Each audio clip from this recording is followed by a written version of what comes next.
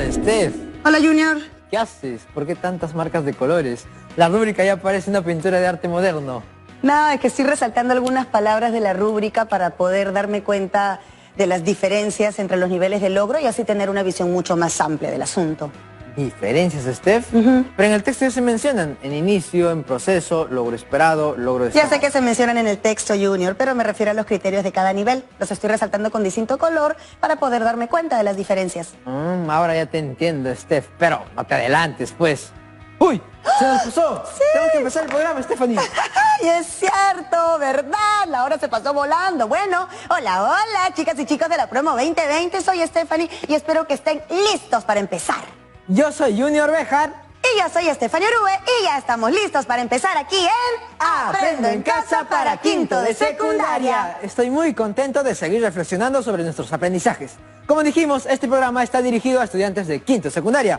Pero si hay algún familiar en casa que desea aprender con nosotros, está cordialmente invitado a acompañarnos.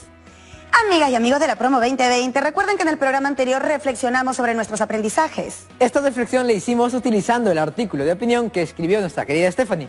A modo de ejemplo, claro. Así es, y no solo utilizamos el artículo de opinión que escribí, también recordamos los criterios para revisarlo y el punto de partida que nos incentivó a escribirlo. Es decir, la situación que nos llevó a reflexionar sobre el ambiente y las acciones que fomentan su conservación. Es importante recordarlo siempre, porque el artículo de opinión que escribimos tenía el propósito de convencer a la población en el cuidado del ambiente. Y ahora, Steph, ¿qué haremos? En el programa de hoy tenemos el reto de elaborar compromisos para seguir aprendiendo y para lograrlo empezaremos a reflexionar sobre cómo haces la revisión de tus textos al terminar la escritura. Luego de reflexionar cómo revisamos nuestras producciones escritas, elaboraremos compromisos para seguir aprendiendo. Así es, chicas y chicos de la promo 2020. Estaba revisando la rúbrica porque quiero tener bien claro cuál es la diferencia entre cada nivel de logro. ¿Y ustedes también tuvieron esa curiosidad? Cada vez que su profesora o profesor les facilita una rúbrica, ¿tienen curiosidad por saber las diferencias entre criterios? Les muestro lo que vine marcando. Aquí vemos las palabras que he resaltado de distintos colores para no equivocarme o dejar pasar algo importante que me pueda ayudar a mejorar mi artículo de opinión.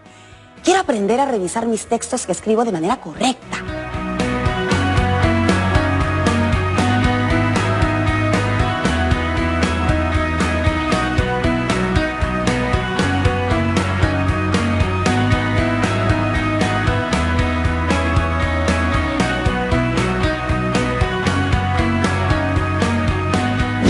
Yo también quiero aprender y no ponerme triste como en el programa anterior.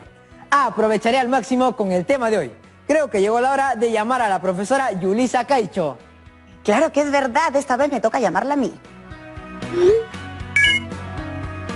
Hola, profesora, bienvenida a Aprendo en Casa. Bienvenida, profesora. Hola, Stephanie Junior. Hola, chicas y chicos de la promo 2020. Stephanie, vi que estuviste leyendo la rúbrica y marcando las diferencias que existen en cada nivel de logro. Sí, profesora, porque en el programa anterior no me había dado cuenta de que debería utilizar las fuentes de información en mi artículo de opinión. Y cuando revisamos la rúbrica nos dimos cuenta de que faltaba. Y por no utilizar las fuentes, mi texto cumple con el criterio, pero del nivel en inicio. Qué bueno que te hayas dado cuenta de la importancia de conocer qué exigencia hay en los diferentes niveles. Pero no te preocupes si las primeras veces te equivocas. Eso es parte del aprendizaje. Lo importante es que te vayas familiarizando y con la práctica te des cuenta de las diferencias que existen en cada nivel. Dime, Stephanie, ¿qué encontraste en la revisión y las marcas que estuviste haciendo? También pregunto a las y los adolescentes de la promo 2020. ¿Hicieron alguna revisión de la rúbrica? ¿Encontraron algo que sea complicado de entender? Profesora, me di cuenta de varios detalles que no había visto la semana pasada cuando revisamos nuestros artículos de opinión. Al inicio pensé que no había mucha diferencia entre los niveles y tampoco tuve en cuenta cuánto conozco de cada criterio. Veo que marcaste en verde algunas, varias, todas y todas. Sí, esa es la diferencia que encontré en los niveles del primer criterio. Cuando dice, adecuo mi artículo de opinión al propósito comunicativo, ya sabemos que se refiere a que tenemos que convencer o persuadir. Sí, porque el texto que escribimos es argumentativo. Pero cuando dice algunas, varias o todas sus características, entonces ya me empiezo a perder. ¿Qué debemos tener en cuenta, profesora? Buena pregunta, Stephanie. Y ustedes, chicas y chicos de la promo 2020, ¿recuerdan que en un programa de la semana pasada se les explicó las características de un artículo de opinión? Ya saben, si quieren participar, escriban al correo electrónico de Aprendo en Casa. Sí, lo recuerdo, profesora. Nos explicó que por ser un texto de opinión, la redacción debe estar en primera persona. También recuerdo que nos dijo que se pueden citar puntos de vista de otros, mencionar casos específicos o brindar datos estadísticos que sustenten la posición. Otra cosa que nos dijo fue que el lenguaje debe ser formal y adecuado para el público que lo leerá. Muy bien, Stephanie Jr. Han recordado varias características, pero les faltaría recordar las otras y así se tengan en cuenta a todas. Entonces, si en la rúbrica se mencionan algunas, se puede referir que solo se están considerando 2 o 3 características del artículo de opinión. Pero también deben tener en cuenta que en cada característica hay otros aspectos que son muy importantes. ¿Nos puede dar un ejemplo, profesora? Porque no entiendo bien a qué se refiere con esos otros aspectos. Por ejemplo, en la característica se pueden citar puntos de vista de otros, mencionar casos específicos o brindar datos estadísticos que sustenten la posición. Se debería considerar la variedad de citas. Si en un argumento utilizamos un caso específico, en el otro argumento podemos brindar algún dato estadístico. De esta manera, nuestros argumentos manejan información variada y no solamente se queda mostrando hechos de nuestra experiencia. No me había dado cuenta de esos detalles, profesora. Y yo que pensaba que todos eran casi iguales y no encontraba mucha diferencia.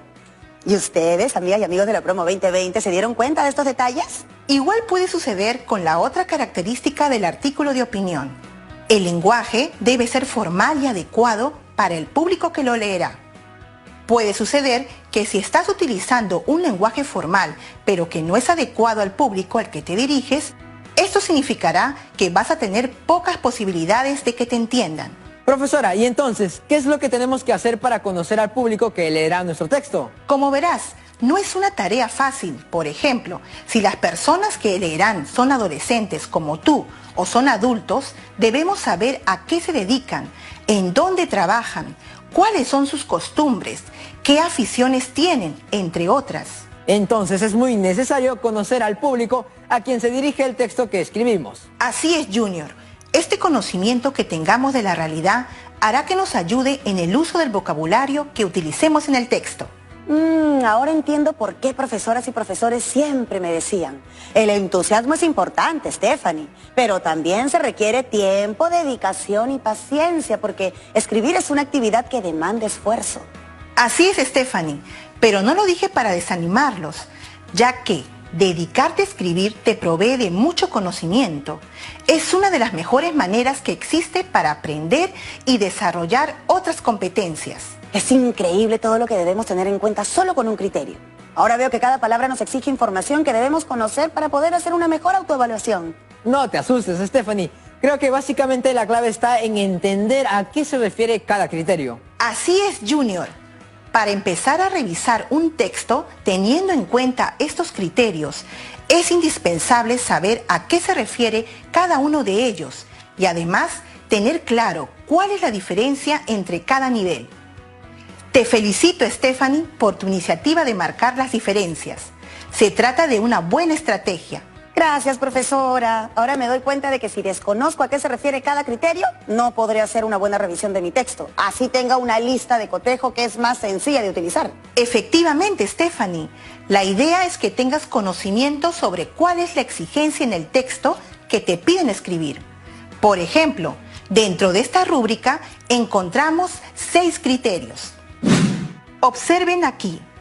El primer y segundo criterio se relaciona a la adecuación del texto. Esto siempre lo empezamos a ver cuando realizamos la planificación del texto. ¿Lo recuerdan? Sí, profesora, eso fue cuando nos explicó el proceso de la escritura y también cuando respondimos a las preguntas de un gráfico.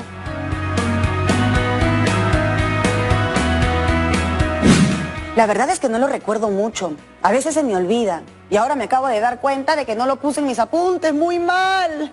Ya ven, chicas y chicos, la importancia de hacer nuestros apuntes. Por favor, profesora, ¿cree que nos pueda volver a explicar? Claro que sí, Junior. ¿Y ustedes, chicas y chicos, lo recuerdan? Si también se olvidaron, es hora de estar muy atentos en sus casas con el siguiente esquema de un proceso de escritura. Tenemos entonces los tres grandes procesos: la planificación, la redacción y la revisión. Lo que nos interesa en este caso es la revisión del texto. La revisión sí la tenía en mis apuntes. Es el proceso continuo de verificación y reajuste del texto. Muy bien, Stephanie. Espero que todas y todos en sus casas se den cuenta de la importancia de hacer apuntes de las actividades que realizamos en Aprendo en Casa. Entonces, mirando este gráfico sobre la planificación del texto, Junior y Stephanie, ¿ustedes se acuerdan de qué respuestas se dieron a todas las preguntas realizadas?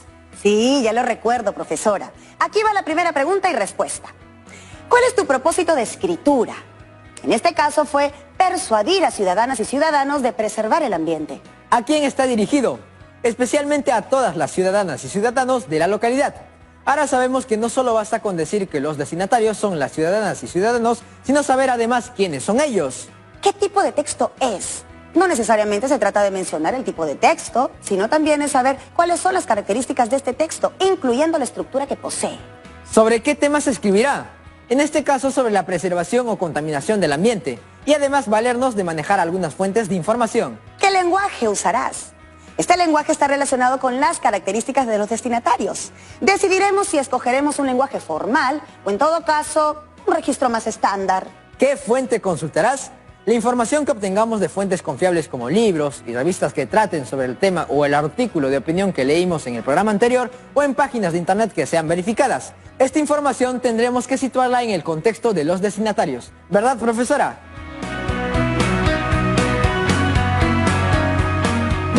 Así es, Stephanie Junior.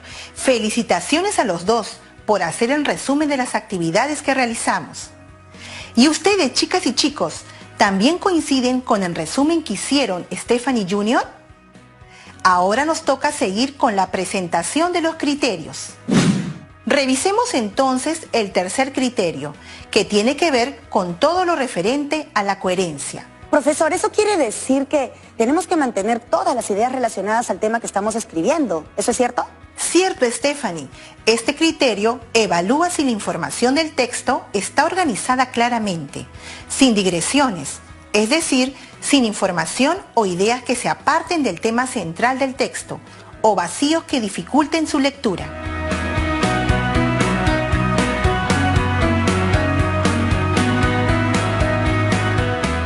En este criterio nos vamos a preguntar si el texto se mantiene en el tema, si es que no se va por las ramas y si nos da toda la información que necesitamos para poder entender lo que queremos decir. Entonces ya sabes, Stephanie, a concentrarse en el tema sin irse por las ramas. Este criterio, que está vinculado al anterior, es la cohesión. Aquí se evalúa si las oraciones y los párrafos del texto están debidamente conectados. Esto no significa que siempre debe haber un conector entre las oraciones y los párrafos. Simplemente buscamos que no haya problemas de comprensión cuando pasamos de una oración a otra.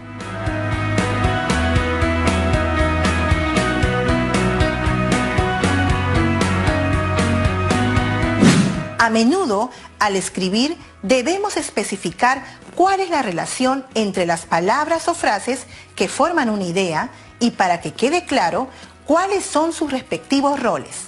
Un momentito, profesora. Entonces, primero debo saber los tipos de referentes para saber conectarlos. Ya veo que esta es otra dificultad que tengo. Bueno, disculpe, profesora, no la vuelvo a interrumpir más. No me interrumpes, pero sí es necesario saber qué palabras funcionan como referentes. Eso nos ayudará a tener un texto bien conectado y hacer que las relaciones siempre queden claras. Es decir, no encontraremos baches de comprensión. Profesora, ¿y qué pasa cuando no es así? Bueno, a menudo se debe a la ausencia o mal uso de un conector. De modo similar, los referentes, al cumplir la función de señalar un mismo sustantivo con diferentes signos o palabras, nos sirven para brindarle cohesión interna al texto y también evitar repeticiones innecesarias. Creo que aquí sí tengo algunas dificultades, profesora. ¿Cómo poder revisar un texto si tengo dificultades para utilizarlo o si lo confundo constantemente? Buena pregunta, Stephanie. Por eso ahora todas y todos nos vamos a comprometer a realizar la revisión de nuestros textos para identificar cuáles son nuestras dificultades y de qué manera las podemos resolver. Profesora Yulisa, ¿y entonces cómo podemos resolver nuestras dificultades? Algunas se pueden resolver repasando alguna información y recordando algo que ya nos enseñaron antes. Otras las podemos resolver leyendo información sobre el tema en el que tengamos dificultades. Pueden existir otras dificultades para las cuales necesitamos de alguien que nos explique y nos dé más ejemplos. Me parece excelente, profesora. Creo que ya tengo una lista más o menos grande de cuáles van a ser mis compromisos. Ajá, yo también tengo pensados muchos compromisos, así que empezaré por escribirlos desde este instante. Muy bien, Stephanie Jr. ¿Y ustedes, chicas y chicos de la promo 2020, también tienen identificados algunos compromisos? Vayan anotando todo para que no se les olvide la información. Continuaré con el siguiente criterio. En este criterio se evalúa el uso que se hace de los signos de puntuación, en particular el punto y la coma, para indicar el flujo o ritmo del texto. Al nivel que se encuentran ustedes en quinto de secundaria, esperamos que sepan usarlos adecuadamente, siempre que sean necesarios. Por eso deben ser muy rigurosos en este aspecto. Buscamos que la puntuación sea funcional, para que el texto que elaboren se comprenda y no cometan errores graves, como la ausencia de un punto coma entre oraciones, o la ausencia de la coma enumerativa y otros tipos de coma.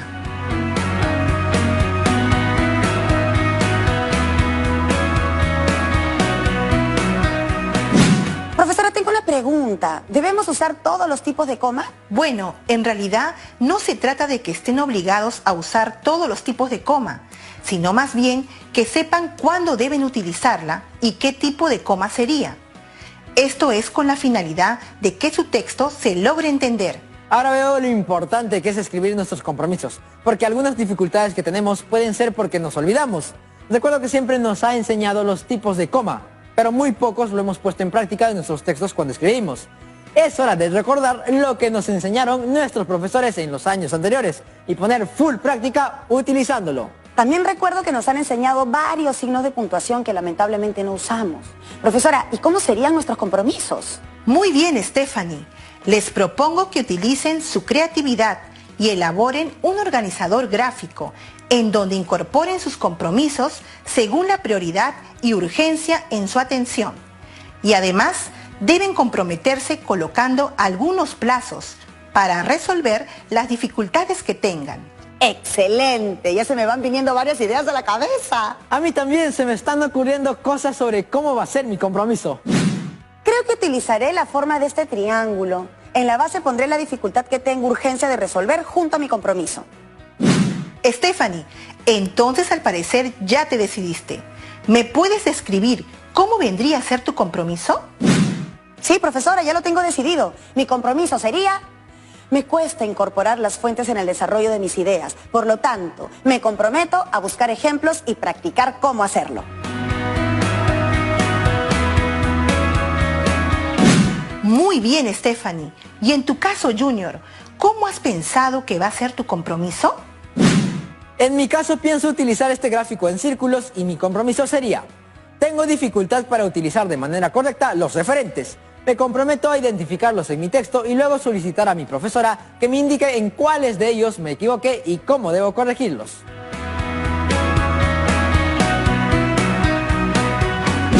Excelente, Junior. ¿Y ustedes, chicas y chicos en sus casas, también están identificando las dificultades para hacer sus compromisos? Si no han empezado, es hora de hacerlo. Ya verán que revisar sus textos y comprometerse a subsanar las dificultades de sus textos los ayudará a mejorar las diferentes versiones de sus textos. Sí, profesora. La verdad es que cada versión que corregimos nos da la opción de ir mejorando cada vez más nuestros textos. Así es, Stephanie. Siempre vamos a encontrar algo que mejorar en los textos. Los escritores famosos siempre indican que no hay un texto totalmente terminado. Bueno, chicas y chicos, ha llegado la hora de hacer algunas preguntas. Profesora, ¿y puede ir incorporando más compromisos en mi gráfico? Claro que sí.